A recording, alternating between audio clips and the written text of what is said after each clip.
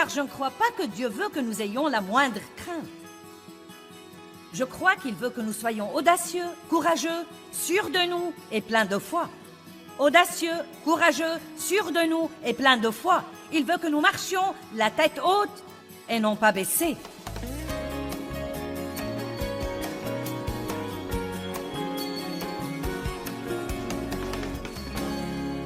Eh bien, Dieu nous donne la foi.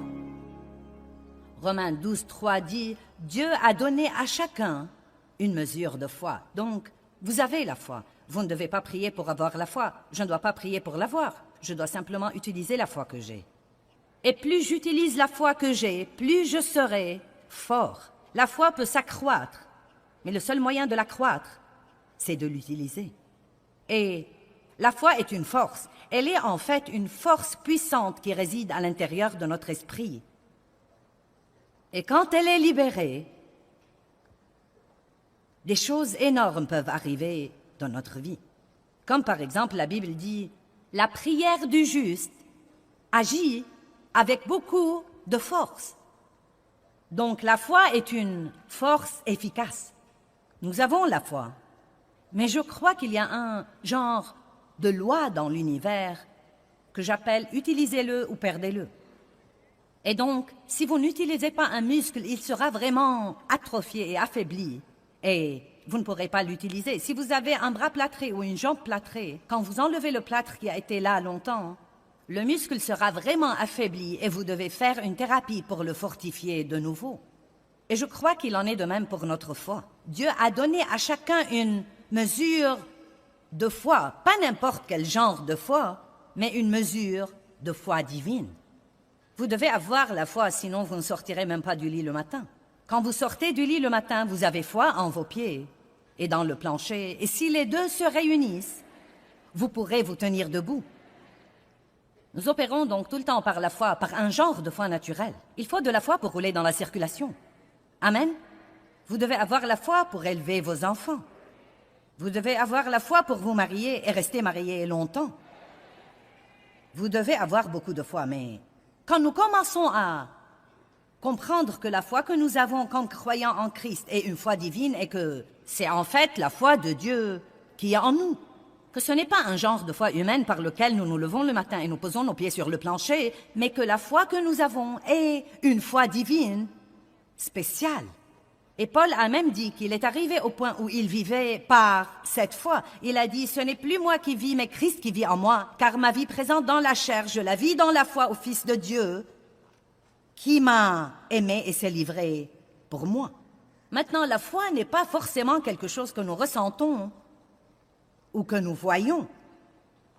La foi est une décision que nous prenons concernant à qui nous allons faire confiance. Je veux répéter. La foi n'est pas un sentiment que nous attendons d'avoir. Je ne dis pas « Oh, je me sens pleine de foi ce soir ». Vous savez, parfois, je me sens vraiment ointe et remplie de l'Esprit de Dieu quand je monte en chair. Et parfois, je ne le sens pas du tout. Mais j'ai découvert que si nous fonçons vraiment dans la foi, Dieu nous retrouve toujours quand nous faisons ce pas de foi et il nous aide à arriver là où nous devons être. Mais si nous restons là, à attendre de ressentir quelque chose, nous pouvons attendre éternellement. Car la foi est la substance des choses que nous ne voyons pas et la substance des choses que nous ne ressentons pas. Elle est en fait, dit la Bible, un témoignage. C'est un témoignage spirituel, comme quoi nous faisons confiance à Dieu. Et vous savez, il y a toutes sortes de gens qui défilent à l'église tous les dimanches et n'apprennent jamais à exercer ou à libérer leur foi. La foi est une force qui réside au-dedans de nous et je crois que nous pouvons la libérer de 3 façons. En priant, en parlant et en faisant. En priant dans la foi et en disant quelque chose dans la foi. Je parle toujours de l'importance de confesser la parole de Dieu à haute voix. Si nous n'apprenons pas à arrêter de dire ce que nous ressentons et ce que nous pensons et à commencer à dire ce que dit Dieu, nous aurons toujours des ennuis.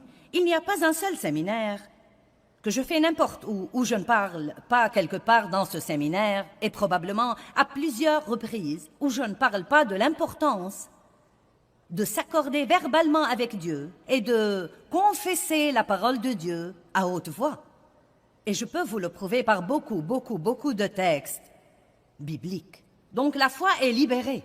Quand je dis que je crois que je trouve grâce partout où que j'aille, c'est un texte biblique.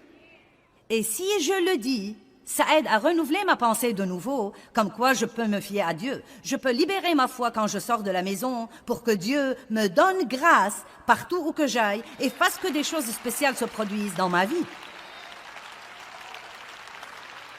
J'étais avec quelqu'un l'autre jour et il n'a pas eu la place de stationnement qu'il voulait et il a dit « Ça se comprend, c'est bien ma chance ». J'ai pensé « J'espère que tu me côtoieras assez longtemps pour changer cette attitude ». Car vous savez, c'est l'attitude que le monde a et l'attitude que j'avais moi-même pendant très longtemps. Mais nous pouvons, en fait, libérer notre foi pour que Dieu nous donne grâce et pour qu'il fasse pour nous des choses qui nous laisseraient vraiment stupéfaits. De petites choses et de grandes choses. Et à vrai dire, je m'enthousiasme parfois pour les petites choses beaucoup plus que pour certaines des grandes choses. Combien d'entre vous aiment observer la présence de Dieu dans votre vie de tous les jours qui fait que des choses se produisent et par lesquelles vous savez que c'est vraiment Dieu qui vous dit « Je suis là, je suis là ». Et à vrai dire, quand je repense à toutes les années, des années et des années où j'allais à l'église, et j'aimais Dieu. Et oui, j'ai entendu parler de se fier à Dieu pour le salut, et j'y ai cru, et j'ai cru que j'étais sauvée, que j'irais au ciel si je mourais. Mais je ne savais vraiment rien sur la foi, sur la vraie foi. Non, mais j'étais au courant de la foi qui sauve. Mais je ne savais rien sur ce merveilleux don de foi que Dieu nous a donné, qui peut apporter la guérison dans nos vies, et peut nous aider à vivre libérés de la culpabilité et de la condamnation, et peut nous permettre de faire de grandes choses, des choses que nous ne savons même pas faire. Et je veux vraiment vous encourager à ne jamais paresser et à ne jamais laisser ce merveilleux don de foi sommeiller en vous pendant que vous restez là à attendre un sentiment pour vous motiver à faire ce que vous devriez faire dans la foi. Et si vous le faites dans la foi, rappelez-vous que cela veut normalement dire que vous le faites sans sentiment et très souvent sans voir le résultat à ce moment-là. La Bible dit, quand vous priez dans la foi, croyez que ce que vous dites arrivera et il vous sera accordé. Elle ne dit pas que vous l'avez déjà, mais elle dit, quand vous priez dans la foi, croyez que ce que vous dites arrivera et il vous sera accordé. Eh bien, qu'est-ce qui se passe entre la prière, la libération de votre foi et croire ce que vous dites arrivera? Qu'est-ce qui se passe entre ça et l'exaucement? Beaucoup de patience et beaucoup de mensonges de Satan. Et nous allons parler de tout ça. J'effleure certaines des choses dont nous allons parler ici ce week-end. Donc, la foi ne vous sert à rien si vous ne la libérez pas.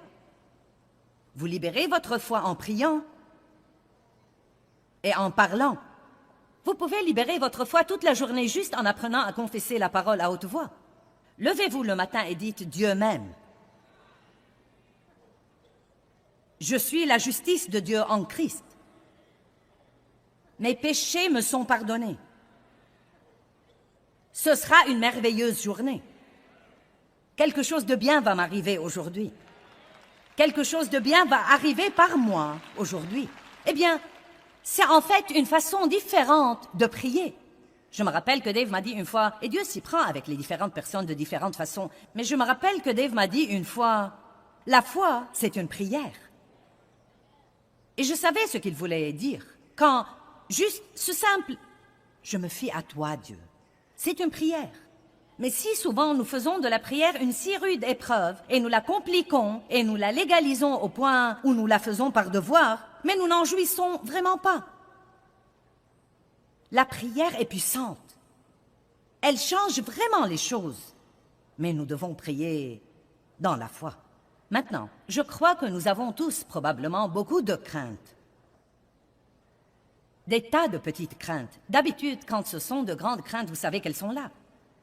Mais je crois que nous avons tous probablement des tas de petites craintes auxquelles nous nous sommes habitués et que nous devons tolérer si longtemps que nous ne nous rendons peut-être pas compte que nous les avons. Qu'en pensez-vous? Vous pensez que c'est possible? Combien d'entre vous pensent que c'est possible? Je me demande combien de fois nous pensons « Oh, je crois que je vais faire ça ». Et ensuite, une pensée craintive vient et nous disons « Je ne vais pas le faire ». Et nous n'arrêtons même pas pour dire « Dieu, est-ce quelque chose que tu veux que je fasse ?» Car quand la Bible dit « Ne craignez pas », elle ne dit pas de ne pas ressentir la crainte. Cela veut en fait dire que quand vous ressentez la crainte, ne la laissez pas vous arrêter. Le courage n'est pas l'absence de la crainte, c'est de foncer face à la crainte. Nous devons donc apprendre à, si je vais faire quelque chose et que cette pensée craintive vient, je dois penser à ce que je pense et me rendre compte que c'est probablement le diable qui essaye de m'empêcher de faire quelque chose que Dieu veut que je fasse. Et je peux aborder le problème à l'instant même et dire « Je ne vais pas vivre dans la crainte ». Je ne vais pas vivre dans la crainte. C'est le moment de parler à haute voix. Je ne vais pas vivre dans la crainte parce que Dieu est avec moi et aller de l'avant. Aller de l'avant. Vous savez quoi? Je suis furieuse contre le diable parce qu'en fait, il vole vraiment la destinée des gens par la crainte. Et je ne veux pas que vous laissiez le diable vous voler votre destinée. Je veux que vous possédiez la terre promise et non seulement aller à l'église et entendre parler d'elle et en parler toute votre vie et prier pour la posséder, mais ne jamais vraiment vivre dans les promesses de Dieu. Je veux que vous jouissiez de Dieu et que vous jouissiez de vous et que vous jouissiez des gens qui vous entourent et que vous fassiez tout ce que vous pouvez faire dans votre vie pour la gloire de Dieu. Mais la crainte entravera tout ça. Ce serait probablement pitoyable si nous pouvions entasser tout ce que le diable a volé à tout le monde ici ce soir dans cette salle collectivement par la crainte. Nous serions absolument exaspérés pour avoir laissé l'ennemi nous faire ça. Oui, j'ai dit pour avoir laissé l'ennemi nous faire ça. Il n'y a qu'une seule attitude que le chrétien puisse avoir envers la crainte qui soit acceptable à Dieu, et c'est très simplement la suivante. Je ne craindrai pas. Je ne craindrai pas. Cela ne veut pas dire que vous ne ressentirez pas de crainte. Si vous ne comprenez pas les nuances de ce que je dis maintenant, la prochaine fois que vous ressentez la crainte, vous direz « ça n'a pas marché pour moi ». En fait, je vais vraiment faire un pas de foi là et dire quelque chose. Je ne suis pas sûre que vous puissiez chasser la crainte par la prière. Vous savez ce que vous devriez prier? Je crois que vous devriez prier Dieu de vous donner le courage de confronter la crainte quand elle vous assaille. Vous savez pourquoi? Parce que Satan va toujours essayer de vous empêcher d'avancer. Toujours. L'apôtre Paul dit dans 1 Corinthiens 16, verset 9, « Une porte grande et efficace est ouverte à mon activité et il y a beaucoup d'adversaires. » Nouveau niveau, nouveau diable, c'est comme ça que ça marche. Nous prions pour la promotion et nous oublions que nous aurons quelque chose avec la promotion. Une porte grande et efficace est ouverte à mon activité et il y a beaucoup d'adversaires. Ne demandez pas quelque chose à Dieu si vous n'êtes pas prêt à payer pour l'avoir.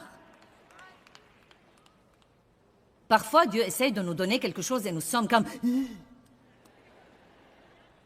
Eh bien, je ne comprends pas ce qui se passe. » Eh bien, c'est le diable qui essaye de vous effrayer. Vous devez donc dire « Je ne craindrai pas ». Tant que vous êtes sûr et que vous savez dans votre cœur que vous faites ce que vous croyez que Dieu vous mène à faire ou vous a demandé de faire, ou si c'est quelque chose dans la parole de Dieu, à ce moment-là, vous devez aller de l'avant. La crainte veut dire abandonner, s'enfuir. Et il y a tant de sortes différentes de craintes. Non, mais je les ai cherchées dans le dictionnaire une fois, et je les ai cherchées dans l'encyclopédie, et c'est la crainte de ceci, et la crainte, et la crainte, et la crainte, et cette phobie, phobie, phobie, phobie. Et vous savez, je vais me prêcher moi-même ce week-end aussi bien que vous. Car bien que je ne sois pas une personne vraiment craintive, je sais qu'il y a de petites craintes que j'ai probablement tolérées dans ma vie. Et je ne veux plus ça, car je ne crois pas que Dieu veut que nous ayons la moindre crainte. Je crois qu'il veut que nous soyons audacieux, courageux, sûrs de nous et pleins de foi. Audacieux, courageux, sûrs de nous et pleins de foi. Il veut que nous marchions la tête haute et non pas baissée. Il veut que nous ayons un but et non pas traîner les pieds comme si nous n'en avions pas. Il ne nous veut pas les bras ballants, il nous veut vigilants. Il ne nous veut pas inactifs à cause de la crainte. Il nous veut actifs et que nous causions au diable tous les jours une dépression. Je ne craindrai pas. Je ne craindrai pas. Que me feraient les hommes? Si Dieu est pour moi, qui sera contre moi? Si Dieu est pour moi, de qui aurais-je peur? Alléluia. Mais Joyce, je ne sais pas ce qui va arriver. Qui le sait? Moi non plus. Vous savez quoi? Même si vous croyez que vous savez, vous ne savez pas. Eh bien, Dieu m'a dit. Peut-être qu'il vous a dit ce qui va arriver, mais je parie qu'il ne vous a pas dit quand. Et donc, vous serez testé comme tous les autres. Oh, tu as inventé ça, Dieu ne te l'a pas dit, ça ne va jamais arriver, tu ferais aussi bien de l'oublier. Combien de craintes est-ce que nous tolérons dans nos vies? Père, je prie en ce moment au nom de Jésus que la moindre crainte que nous tolérons dans nos vies, par paresse ou parce que nous l'avons tolérée si longtemps que nous ne reconnaissons même plus ce qu'elle est, je prie que tu nous la révèles et que, une par une, nous résistons et nous luttions contre la crainte jusqu'à ce que nous soyons complètement libérés de son tourment. Au nom de Jésus. Amen. Marc chapitre 11 va plutôt être notre texte de base ici ce week-end. Je veux vous répéter ceci assez de fois pour qu'il résonne dans vos cœurs quand vous partirez d'ici. Marc 11, 22.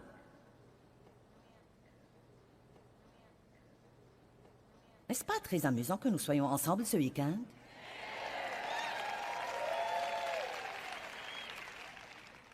Marc 11, 22. Et Jésus répondit et dit, « Ayez foi en Dieu constamment. » J'aime vraiment ça. Maintenant, continuons. En vérité, je vous le dis, si quelqu'un dit à cette montagne, « ôte-toi de là et jette-toi dans la mer », vous devez dire quelque chose.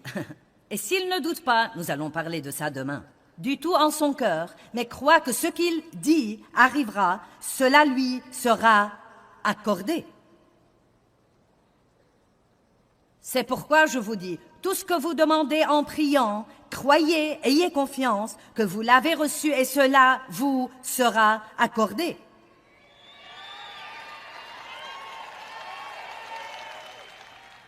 Et je lance ceci pour faire bonne mesure. Eh bien, arrête là, Joyce. Et quand vous êtes debout en prière, si vous avez quelque chose contre quelqu'un, si vous avez quelque chose contre quelqu'un, si vous avez quelque chose contre quelqu'un, oubliez, pardonnez-lui, laissez tomber, oubliez. Pour que votre Père qui est aux cieux vous pardonne aussi vos péchés et vos fautes, et les oublie et les laisse tomber. Maintenant, le verset 26. Mais, croyez-moi, c'est les « et les « si » et les « mais » dans la Bible qui changent vraiment tout. Mais si vous ne pardonnez pas, votre Père qui est aux cieux non plus ne vous pardonnera pas vos fautes et vos défauts. Maintenant, vous savez, ça n'a rien de mystérieux. Ça n'a pas besoin de compréhension ou d'interprétation. Ça n'a même pas besoin de révélation. Si vous êtes fâché à cause de quoi que ce soit contre quiconque, offensé, amer, plein de ressentiment ou quoi que ce soit, vous dites, eh bien Joyce, ça ne peut pas inclure ce qu'on m'a fait.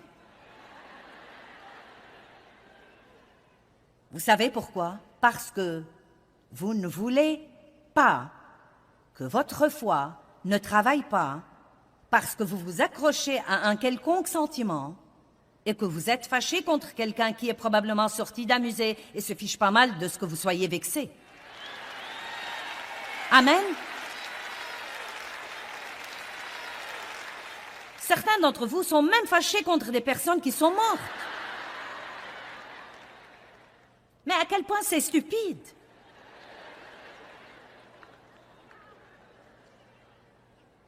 Ça n'aidera sûrement pas.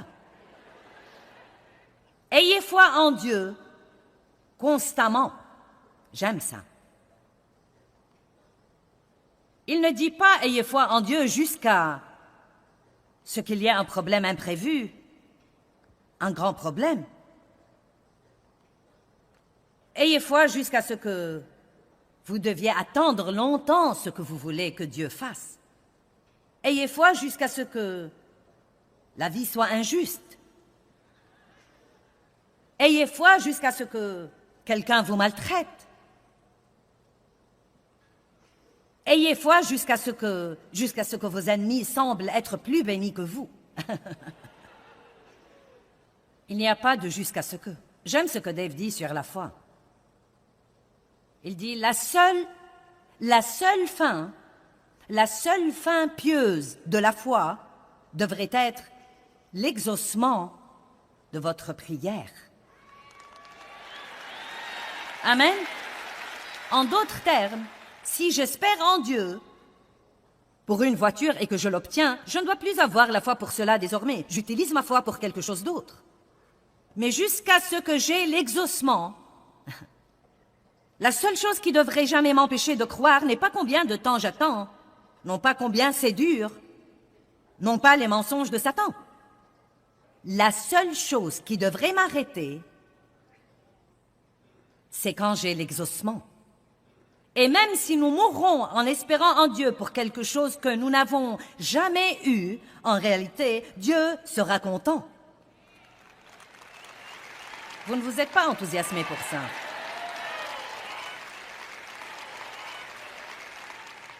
Vous voyez, à l'instant où j'ai dit ça, vous avez eu peur. Tu veux dire que je ne l'aurai pas? Vous voyez, voilà le problème. Maintenant, regardez-moi. Ce n'est pas avoir ce que nous voulons qui nous rend heureux. C'est dans l'attitude de foi dans laquelle nous vivons et dans la confiance en Dieu que nous trouvons la paix et la joie.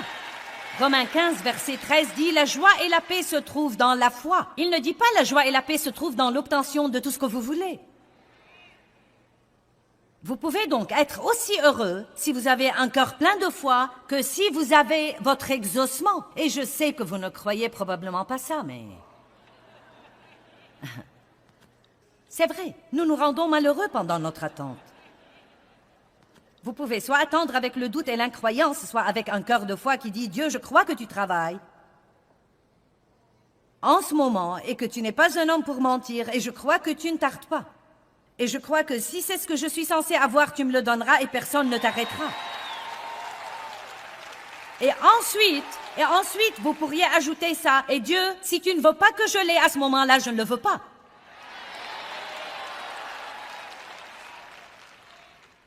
Car la vérité est que, écoutez, si vous avez prié dans la foi et que vous êtes prêt à attendre et que ce que vous avez demandé est quelque chose que Dieu veut que vous ayez, à ce moment-là, personne ne peut l'arrêter. Personne! Aucun diable! Personne! Personne! Eh bien, 1 Jean 4, 18 nous enseigne que l'amour parfait chasse la crainte. Et vous savez, vous pouvez être sûr que Dieu a un amour parfait pour vous. Il a un amour parfait pour nous tous. Et en fait, Dieu travaille toutes choses en notre faveur, même quand ça n'en a pas l'air.